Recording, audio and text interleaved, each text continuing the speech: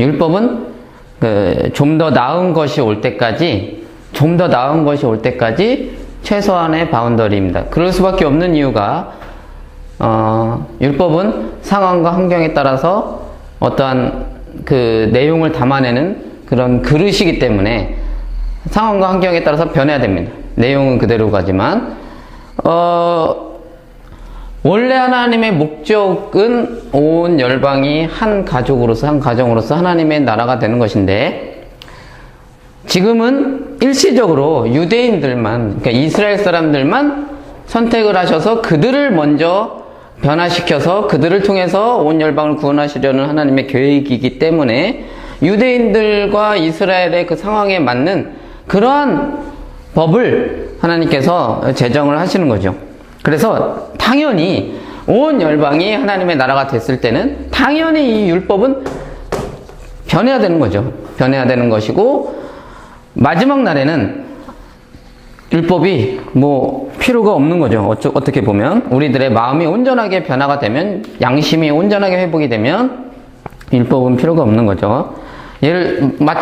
아담에게 하나님께서 사랑하라, 때리지 말아라, 이런 말을 주신 적이 없습니다. 왜냐하면 그의 양심이 자체가 이미 그것을 증거하고 있는 거죠. 양심이 타락했기 때문에, 인간의 양심이 타락했기 때문에 율법을 주신 겁니다.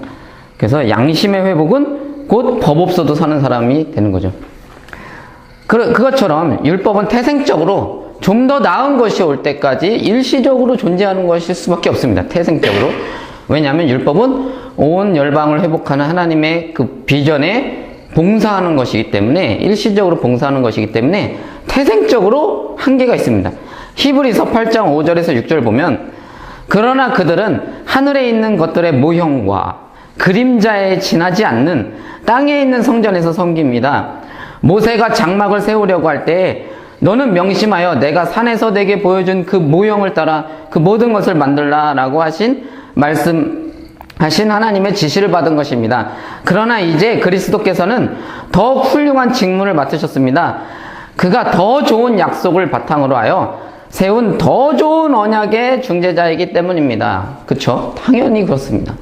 예수 그리스도는 이 율법을 지향하고 있고 그것이 목적하고 있는 것을 완성시키셨던 분이시기 때문에 당연히 더 좋은 것이고, 이 성전에 있는 이 율법은 땅이 나오고 예수님은 하늘을 섬겼다. 이 말이 뭐냐면은 이게 이론적으로 이렇게 생각하는 것이 아니라, 성경에서는 하늘이라는 게 무슨 뜻이냐면은 하나님의 통치하심을 의미하는 하나님의 통치기구, 그러니까 진짜 통치기구가 있는 곳, 진짜 하나님의 통치기구, 그러니까 청와대 같은 걸 말하는 거죠. 청와대. 그럼 하나님의 나라가 어딥니까? 하나님의 나라는 이 땅이죠. 하나님이 통치하시는 나라. 그러니까 하늘을 섬겨라, 하늘을 섬긴다, 이게 뭐냐면은 우리는 하늘에 소망이 있다, 이게 뭐냐면은 하나님의 통치가 우리의 소망이다, 우리 이리로 간다, 이런 뜻이 아닙니다.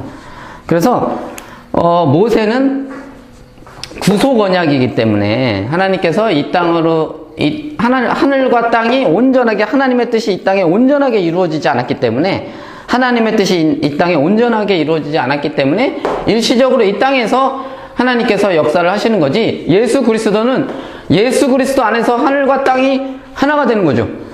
예수 그리스도 안에서, 예수 그리스도가 마치 사닥다리 같이 되어가지고 하늘과 땅이 오르락 내리락 하는 그런 중재자가 됐다는 것이죠. 그래서 이 하늘과 땅을 연결해주는 그 예수 그리스도, 이것을 지향했던 것이 성전이기도 하죠. 성전도 하늘과 땅을 이어주는 거거든요. 그래서 이것처럼 예수 그리스도 안에서 모든 이 율법 그 그림자들, 그런 모형들이 완성이 됐다는 것이죠. 그래서 예수 때문에 우리가 이 땅에서 살다가 하늘나라로 갔다는 게 아니라, 예수가 하늘과 땅을 이어줘서 그 모든 목적을 완성시켜서 우리가 하늘 백성, 온전한 하늘 백성이 되게 하셨다는 것입니다. 우리가 온전한 하나님 백성이 됐고, 이 땅은 온전한 하나님의 나라가 되었다는 것이죠. 이렇게 이해를 해야 되는 거지, 옛날에는 땅만 생각했는데 이제는 하늘로 간다, 이렇게 생각하면 절대 안 됩니다.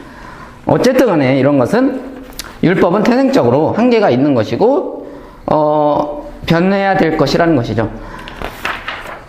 하지만 율법의 그 내적 흐름은 영원한 것입니다. 그것은 영원한 것입니다. 그것은 사랑이죠. 하나님 사랑, 이웃 사랑입니다. 시내산 언약은 시내산 율법 하면 우리가 생각나는 게 약간 억압적이고 뭔가 막 어렵고 힘들고 옥죄이고 막 이런 생각을 하는데 절대 아닙니다. 그것은 우리가 타락해서 그렇습니다. 우리가 죄를 사랑하기 때문에 그런 겁니다. 출애굽기 20장 2절 보면 나는 너희를 이집트 땅 종살이 하던 집에서 이끌어낸 주 너희의 하나님이라. 이게 하나님의 언약을 시작하는 하나님의 선포입니다. 뭐라고 시작하냐면은 나는 너를 자유케 하는 자다 이거죠. 난 너를 종살이에서 억압했던 너희를 끄집어낸 하나님이다 라고 하나님께서 자기의 정체성을 말씀해 주십니다. 나는 너희를 자유케 하려는 하나님이다 이거죠. 너희들을 억압에서 건져내 주신 하나님입니다. 자, 하나님은 종살이에서 해방시키시는 분입니다. 그런데 하나님은 이 율법은 그러니까 자유를 주시려고 하시는 겁니다. 율법은 이스라엘에게 참 자유를 주시려는 하나님의 목적이라는 거예요. 억압시키려는 게 아니라 옥죄는 게 아니라 하나님께서 이스라엘을 자유를 주시려고 건져내셨고 자유를 누리는 그 방법으로 하나님께서 율법을 주시는 것입니다. 즉 하나님께서 정말로 원하시는 자유는 이집트 종살이도에서 자유도 하나님께서 해주셨지만 정말로 하나님께서 원하시는 자유는 죄에서 자유한 겁니다. 죄에서 자유하다는 게 뭐냐면은 죄를 짓기 싫어하는 겁니다. 그러니까 죄를 죄로 보이는 거예요. 하나님처럼. 하나님도 죄를 안 지시죠. 왜? 싫으니까. 우리도 인간도 하나님처럼 죄를 싫어하고 죄를 미워하고 의를 사랑하는 사람이 되는 거죠. 정말. 그러면은 자유롭습니다. 근데 우리가 자유롭지 못한 이유는 죄를 사랑하기 때문이고 의를 미워하기 때문이고 자기의 유익을 구하기 때문이고 이러한 우리의 이 태생적인 이 습성, 이 죄의 습성이 우리를 만약에 여기서 하나님께서 이것까지 그냥 확 풀어넣어 버리면 이것까지 하나님께서 자유롭게 딱 해버리면 완전히 악마의 세상이 되는 거죠. 완전히 그냥 약육강식이 되는 거죠. 완전한 지옥이 되는 겁니다. 그래서 하나님께서 자유를 누리게 하시기 위해서 율법을 주시는 것입니다. 하나님께서 이처럼 하나님 안에서 하나님의 통치 안에서 그것을 자유롭게 하나님의 통치를 기뻐하고 그것을 자유롭게 할 수 있는 하나님의 백성으로 만들기 원하시는 거죠. 그래서 하나님께서 나는 너에게 자유를 주는 하나님이다 라고 하고서 율법을 딱 줘버리는 겁니다. 그래서 하나님의 비전은 단순한 억압에서 자유가 아니고 근본적으로 죄에서 자유롭게 하는 겁니다. 그래서 이집트에서 하나님께서 자유롭게 하셨지만 광야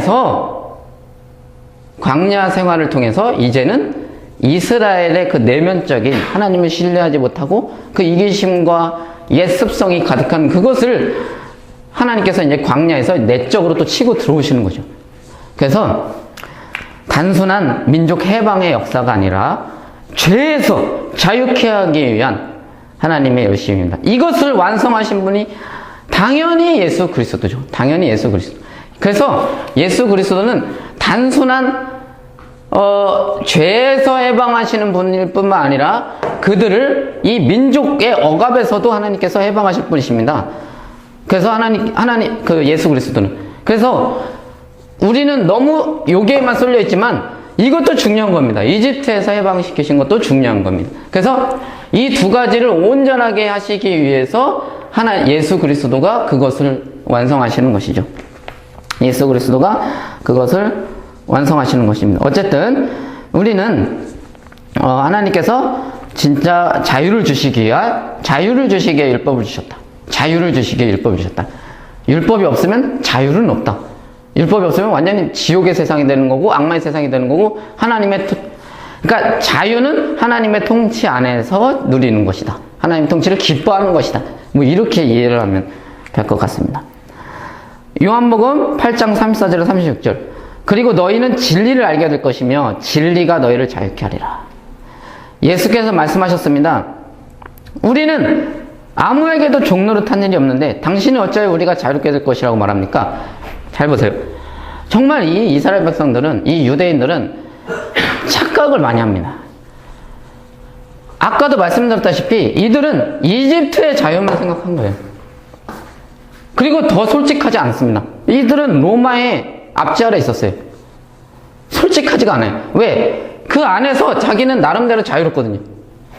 그러니까 불편함을 느껴야 되는데 불편함을 느끼지 않습니다.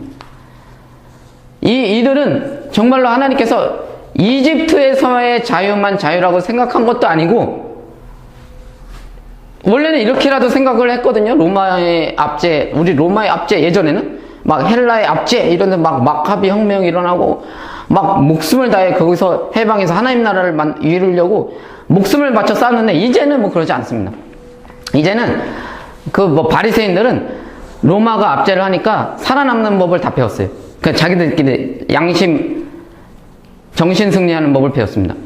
바리새인들은 그냥 그 율법의 그 몇 가지 그런 거를 잘 지키면 그냥 우리는 그 안에서 하나님의 통치를 받는 거다, 이렇게 그냥 자기 만족을 하고 있었고, 사두개인들은 대놓고 로마의 정치 세력과 결탁을 해가지고 그 안에서 또 자유를 누렸고, 그래서 바리새인도 자유롭고 뭐 이렇게 별 못 느꼈어요. 예전 같았으면, 바리새인 선배들이었으면 진짜 미치고 팔당 뛸 노릇이죠. 바리새인들은 원래 그 헬라의 압제에서 벗어나기 위해서 거기서 경건을 지키고 목숨을 바치기 위해서 나타나는 존재들 아닙니까? 근데 이렇게 변질이 됐다는 거죠. 자기네가 자유롭대요. 이렇게 말을 하는 겁니다, 예수님. 근데 예수님께서는 이 두 가지, 로마의 압제와 이 죄 문제, 이 외적, 내적, 이 모든 것들을 예수 그리스도는 지금 구약 성경을 통해서 자기의 정체성을 확립하고 하나님의 뜻을 아심으로써 솔직하게 까발리는 거죠. 예수께서 말씀하십니다. 내가 진정으로 너에게 말한다. 진정으로, 진리로 너에게 말한다. 죄를 짓는 사람은 다 죄의 종이다. 종은 언제까지나 집에 머물러 있지 못하지만 아들은 언제까지나 머물러 있다. 그러므로 아들이 너희를 자유롭게 하면 너희가 참으로 자유롭게 될 것이다.